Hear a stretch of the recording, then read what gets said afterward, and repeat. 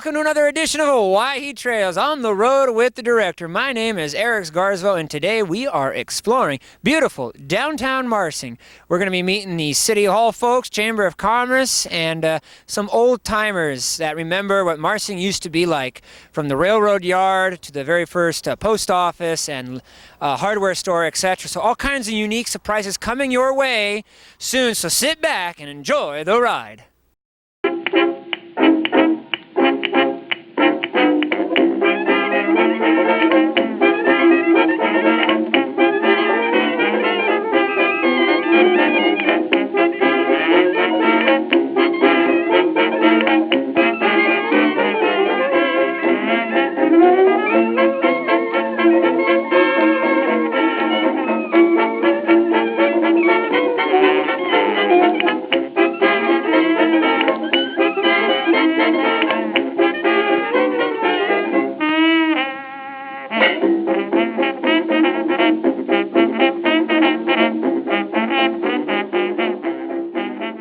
We're back here with Julie Franklin here at the Old Sandbar Restaurant. Great place to eat here in town, or at least it once was, because I hear that the City Hall is moving in here.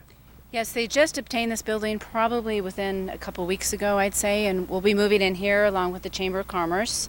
And it did used to be a restaurant. It started out being a small little piece of a house, and I understand that they did build onto it. And it's been here for, unfortunately, I don't know exactly how long, but quite a long time. It was the steakhouse of the day. Yes, very famous, very good food. It's located right on the river, and if you get a chance, I would go behind there, and you can see the proximity. It's a beautiful view. So our city's going to have a nice view. Nice view of the river, and then right below the restaurant is the plans for a future new park and and all that. That's going to be great with the tie of the new bridge and all that. Now you've got with you a special pamphlet here that Marsing puts out. And tell us about that. Basically, the Marsing Chamber, the 2 issues now, decided to go ahead and feature different things about Marsing, kind of like what you're doing here, the locals, some of the old buildings. We've got some history in here, and we also have all the businesses in here that you can shop at. Just basically a kind of a overview of Marsing. Right. And where do you guys, where are these distributed? Do you have to buy them? Are they free? You don't buy them, they're free. It's all, the time's donated created by the Chamber. The printing we do buy, and of course we get the ads paid for. You can get them here at the city, they're at the City Hall, and then eventually here at the City Hall anytime, or you can call us and we can certainly mail it to you. Excellent, great. And these books I got historic photographs on them, like Lizard Butte there. The old photos, history, and then all the businesses, their information about what they sell and their phone numbers. And I understand you're going to be going over there, so you'll see the Butte, and then you'll see the old bridge, and then you're going to see the new construction, which is in the middle of it right now. Right in the middle. Well, excellent. Well, thank you, Julius, for your time today. Thank you. Thank you. We'll see you around soon. Thank you. Wonderful. Thank you. All right, so we've headed out to the old rail yard here in downtown Marsing here. And so the depot was located right in this location. Yes, sir, Eric. It was just this side of the gravel and all the metal work there. It was right in this area here, and there was a well that furnished the water for the locomotives right in the same area. Okay, and so the main railroad crossing there is the old cantilever signals there. The main line was in between that, and the tracks came right through this Family Dollar location. But we're standing in the yard here. Actually, looks like this building here has freight doors here. So there was a spur track that came right past here. Is that kind of correct there? That's correct, yes. It came right alongside the buildings on the other side of the highway, and it came right through here for a spur lane. So this is where it all happened. Pretty much Claytonia was before Marsing, and when the railroad came in the early 1900s, that whole area moved over to this location due to the railroad then. That's correct. Correct. So this is the hub, the heart of Marsing was right here. The railroad would bring in all the goods, commodities, the internet. This was the internet, the highway of the day was right here. So all that's left, unfortunately, is the cantilever signal poles there. The depot, though, is at the Murphy Museum there, and that was right here. All right, so we've kind of crossed the main highway here from the Family Dollar, and we're standing with Judy. Judy, and you remember what was in this freight yard here, specifically these buildings here. Okay, tell us a little bit about that. Okay, this was the lumber yard, the hardware, and the machinery section. And there was 2 buildings here that had the different equipment and like that. And it was put here because of what they brought in on the train. And the building over there was the whole thing, the hardware, and and then on this section, on the right of this building here, was the post office. The original post office for the town. Uh-huh. Interesting. And it was run by Walt Waltmer, and they also had this land, the Waltmers and the Moscows, and so they decided that my dad worked for them for a while, and then he wanted to buy the equipment or the machinery section, and B and Ray Moscow bought the hardware store, and Ross Korn bought the lumber yard and moved it up on Main Street. Excellent. All right. Well, cool. That's a lot. What a great piece of history that's slowly being developed here in downtown. But luckily that we have got you here still to remind us. Yes. Yeah. Excellent. All right. All right. On to our next stop then. All right, we've made our way down below the city here toward the Snake River here, and this is where Owyhee County ends and Canyon County begins on the other side. The Snake River is the entire border of Owyhee County from Bruno area up to Homedale area. And historically, before the bridges were built, you used to have to cross on a ferry. About 1888 was the very first ferry in this location here that took passengers between the 2 counties here. And then by 1921, the very first highway bridge was constructed right over here behind me here. And that bridge was there from 1921 until 1955. And at that point, Highway 55 had a lot more traffic on it, and Marsing needed a new bridge. So they demolished the old bridge, and onto the left of it, they built the new bridge, which is you see behind me. And that one is currently undergoing now demolition, and a new bridge is being constructed almost exactly on the original site of the 1921 bridge. All right, we're down here at the gem pumping plant with John Eels. Yes. And we're going to get a private tour of the station here. And why don't you tell us a little about the history of this plant? So the gem pumping plant was put into operation in 1913, and it was the first year that they pumped water. It services around 20,000 acres. And it pumps 350 CFS of water, and the top elevation is at around 170 feet, and then there's one at around 70 feet, and then there's the sea canal is at around 50 foot elevation. Basically this water goes from the pumping plant here at Marsing all the way to Homedale. So it was most of these pumps, well, all of these pumps were original. The first several of them were brought in on horse and wagon, and they brought them across Froman's Ferry down there by Lizard Butte. So basically this services most of the farm ground, grows hay and corn and sugar beets, beans, grains, and it's mainly the livelihood of this valley. So. Wow, so for over 100 years it's been watering the valley here. Yes. And then the Owyhee Reservoir takes the other half, kind of mixes between this pumping station and... Yes. So the Owyhee Canal, or the South Canal, out of Owyhee Reservoir, dead ends right here on top of the hill where the A Canal takes off. Okay. So those 2 canals meet right up here at the top. So this one plant provides Marsing and all of Homedale. Yeah, You well, have multiple plants that are feeding different canals. No, Then we have this pumping plant here in Marsing, and then we have a small one in Homedale that we don't run very often. It's only for drought years, but everything else, and the 44,000 acres. Well, there's 44,833 acres in the district, and half of it's serviced from this position here, the pumping plant, and then the other half comes from the Owyhee Reservoir. that is great. This is going to be really fascinating, I'm sure. So why don't we head inside and let's see what's going on. Go ahead. So we've got this large substation here. Power's coming in. So where is this power coming from? Okay, so this power, we're a Bureau of Reclamation, and so we buy our power from the Bureau of Reclamation.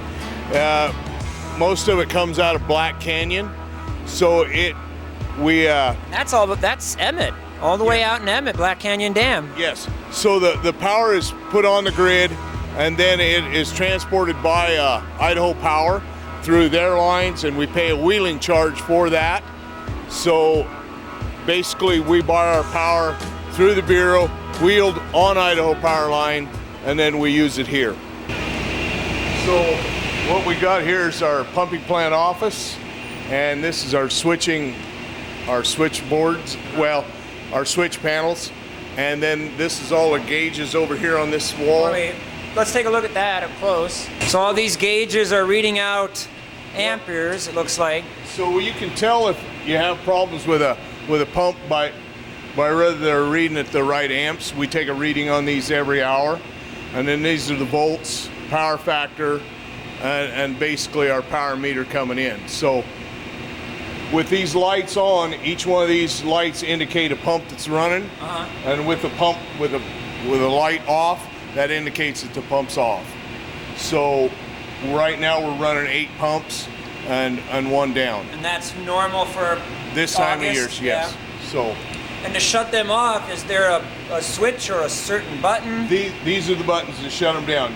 You do them here, Yep. and then you kick them out in the main panels inside if you need to. And the green one's the start button. Green one's the start button. So you're running these pumps then from what, April through August, September? Generally April 15th to October 15th.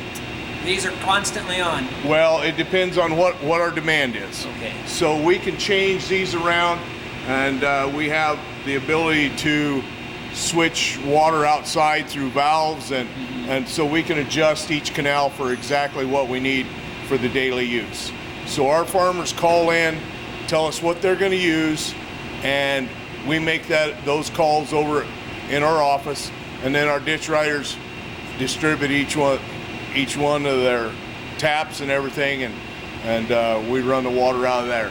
So if we only needed half the water in the A canal, we would shut half of them down, and we adjust it that way. So out this window here then is the main pumping Yes. plant. There's 4 A canals. There's one underneath us. There's I four see. that say A. There's 2 B's, and then there's 2 C's, and then through that doorway is a small B. So there's one more B pump that you can't see. And these pumps date to 1912. all the way to the very original pumps These still are here. original, yes. That is really, really great. So one pump pumps how many gallons per minute? It pumps 45 CFS. So you can figure that down, and we figure everything in miners inches. So Miners inches, right. Yep. but That's great. 45 CFS is a pretty good chunk of water. That is, yeah, these pipes are quite large. Yep. All right, so we just came from inside the pumping station where all the magic happens and all that, but really before all that can happen, water's got to come inside the pumping station. And right here is the intake here, and what you see behind me right now is, well, what is it exactly? It's an automatic weed rake. So what it does is it pulls up the moss and the stuff that plugs keeps the pumps running freely. So it'll pull all the algae, the weeds, anything that's moving up and down the river. It'll pull it up, drop it here on the deal, and then we can transport it out. So. And you guys have a lot of debris problems, or? It depends on what time of year. When you're, later in the season, as the moss and the milfoil and everything starts breaking loose, it'll come down. Then in the springtime, we have a lot of stuff. When the wind blows, the weeds will blow into the river, and then they come in and suck into these intakes. Well, look, here it comes now, coming up. Not much with this one, but.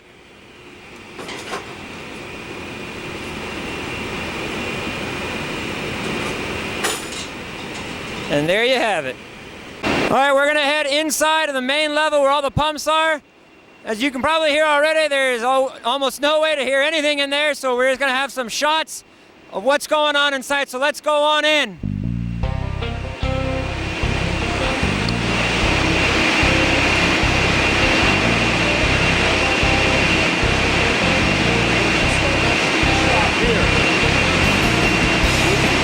This is our lathe where we do most of the turning of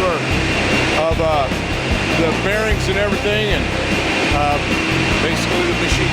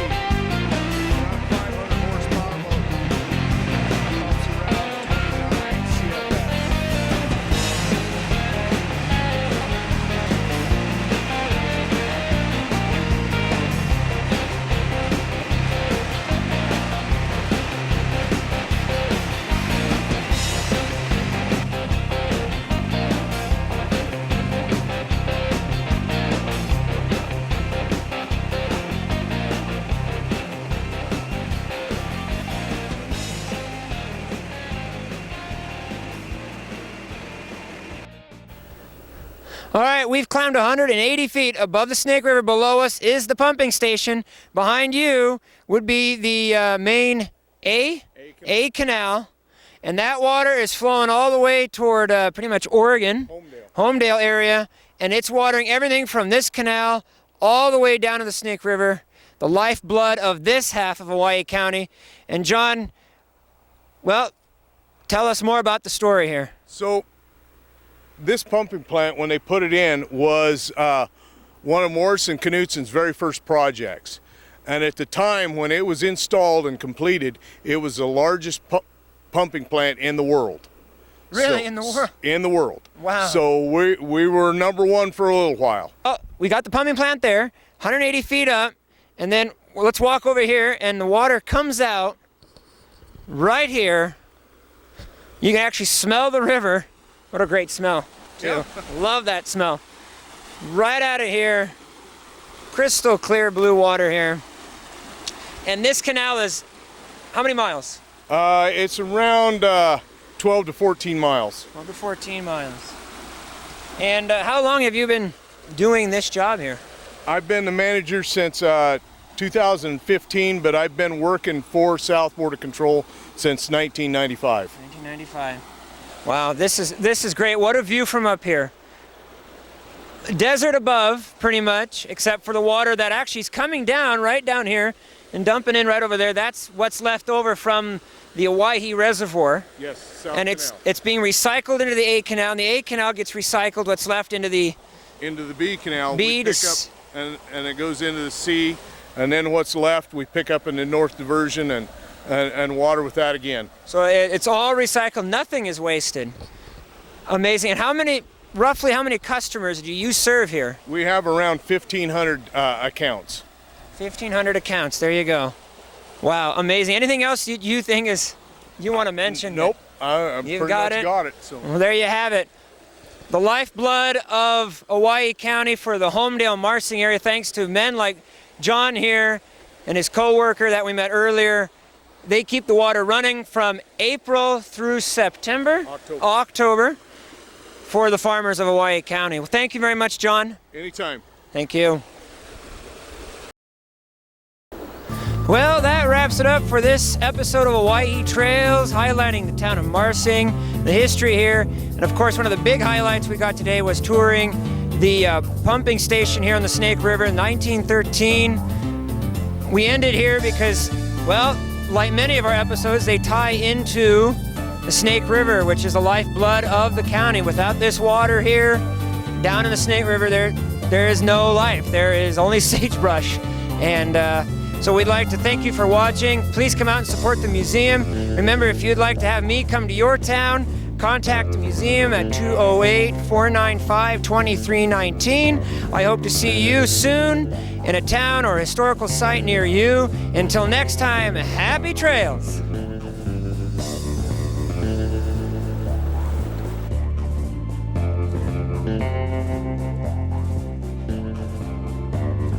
Thank you.